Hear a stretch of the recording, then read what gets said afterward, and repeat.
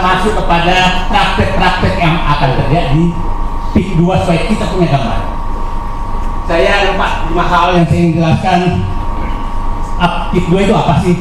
Yang kedua, aturan apa yang menyebabkan kezaliman dan ketidakadilan praktek yang ini supaya kita ahli-ahli teori betul. Saya praktek saja fakta lapangannya seperti apa dan apa yang akan terjadi ke depan.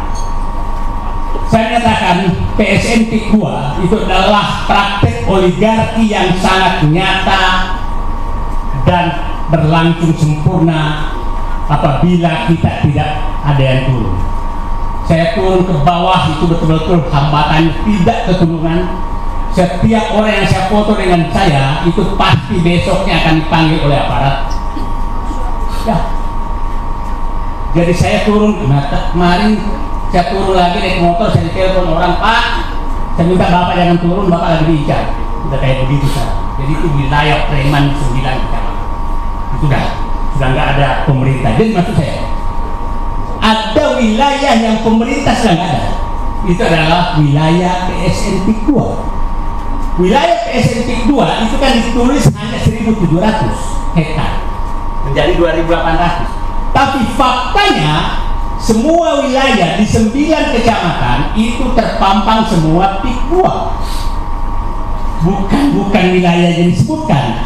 Nah, 9 kecamatan tuh mulai dari Kosambi, Teluk Naga, Paku Haji, Mauk, Sukajadi, Kemiri, Kronjo, Mekar Baru, itu 8 kecamatan adalah Kabupaten Tangerang. Tambah kampungnya Ma'ruf Amin itu Tanara, itu masuk, tapi Ma'ruf Amin pun diam.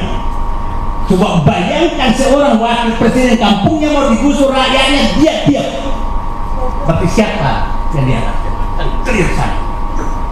Kampungnya Ma'ruf Amin, Tanara itu, saya kemarin ke sana, itu ditawar hanya Rp30.000 per meter. Sawah tambah, itu kampungnya Ma'ruf Amin.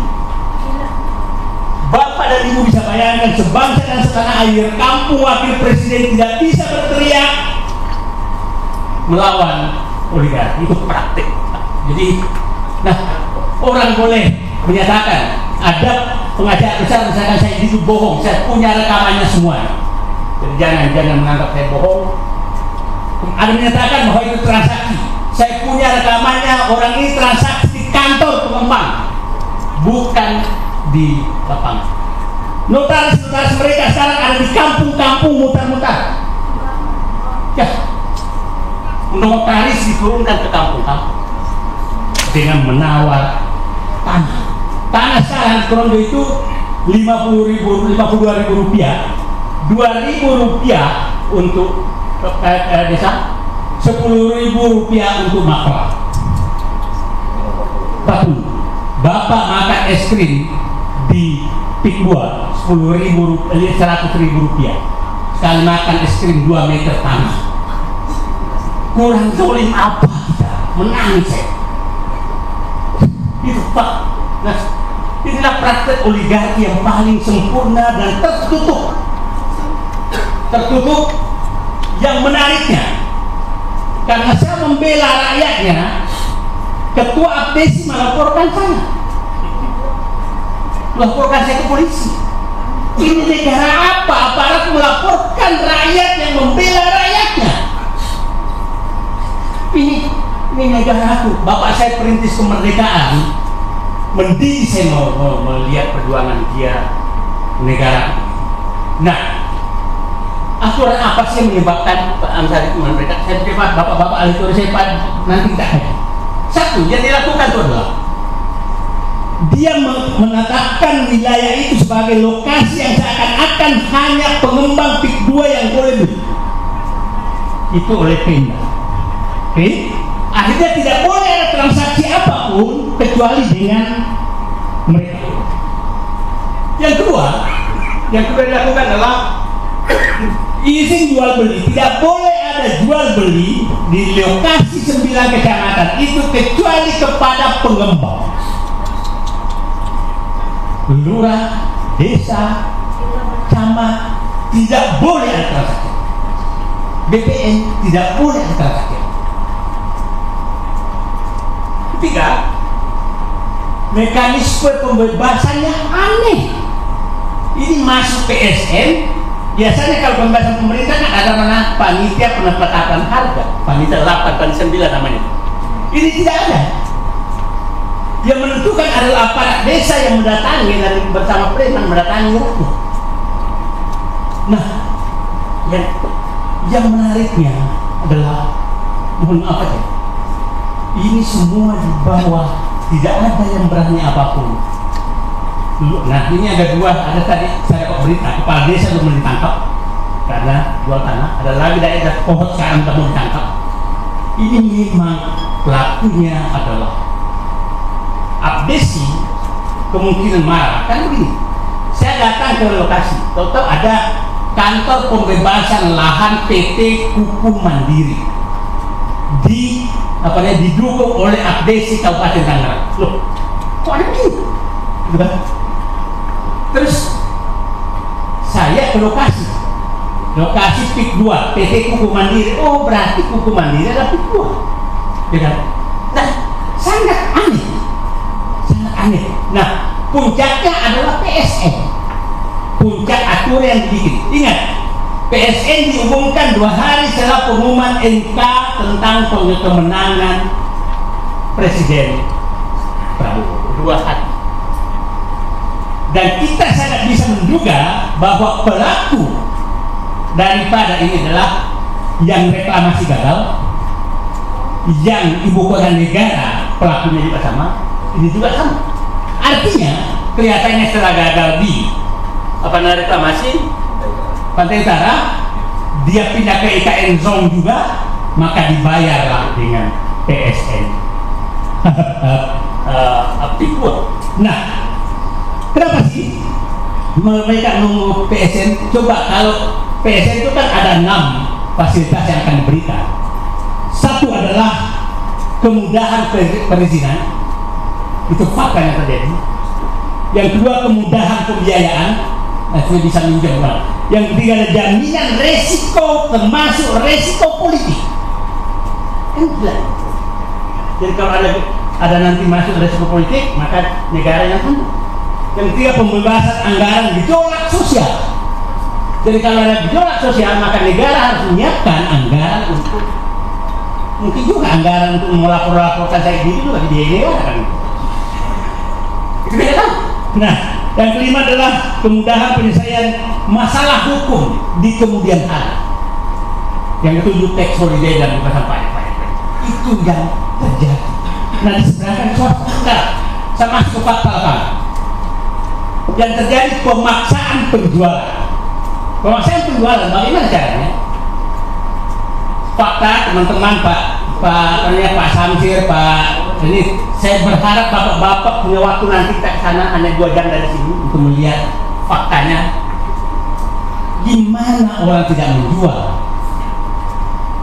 Kan begini, di sana tuh kalau Anda menjual, dia selalu menyatakan kami tidak mau membeli kalau bapak nggak mau. Iya, tapi kamu dikepung.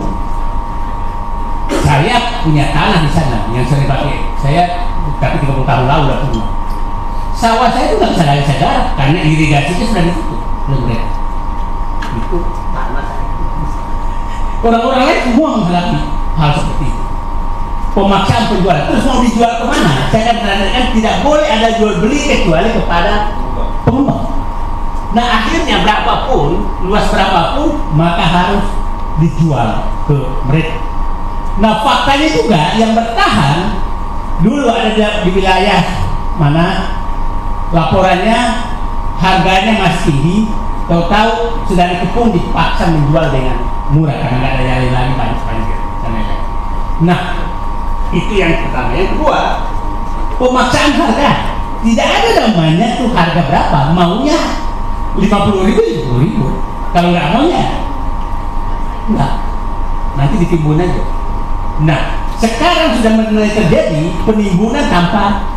Saya kemarin baru turun setahun lalu sudah dikasih uang muka karena terpaksa lebih tahun dari timbun tapi belum dibayar. Banyak yang terjadi dengan harga 50.000 loh Pak, harga. Coba bayangkan Pak, masa tanah segitu pinggir jalan loh Pak, pinggir jalan raya tuh 50.000. Nah, karena sama semua pemaksaan harga. Yang ketiga itu pemecah belah keluarga. Ada beberapa keluarga, apalagi yang punya keluarga ASN, maka pasti ditekan ASN supaya mempengaruhi keluarganya untuk menjual. Ada saya tahu kepala dinas di Tangerang, Kabupaten Tangerang, itu dikasih pilihan. Betapa pemaksaan seperti itu. Ada kemarin itu masuk disuruh saling melapor keluarganya. Habis itu masuk penjara, terpaksa dia jual tanahnya. Ini berbelah antar keluarga di bawah. Nah, itu terjadi. Kemudian kalau keterlibatan aparat itu sangat nyata. Nggak ada tempat sama sekali itu mengadu.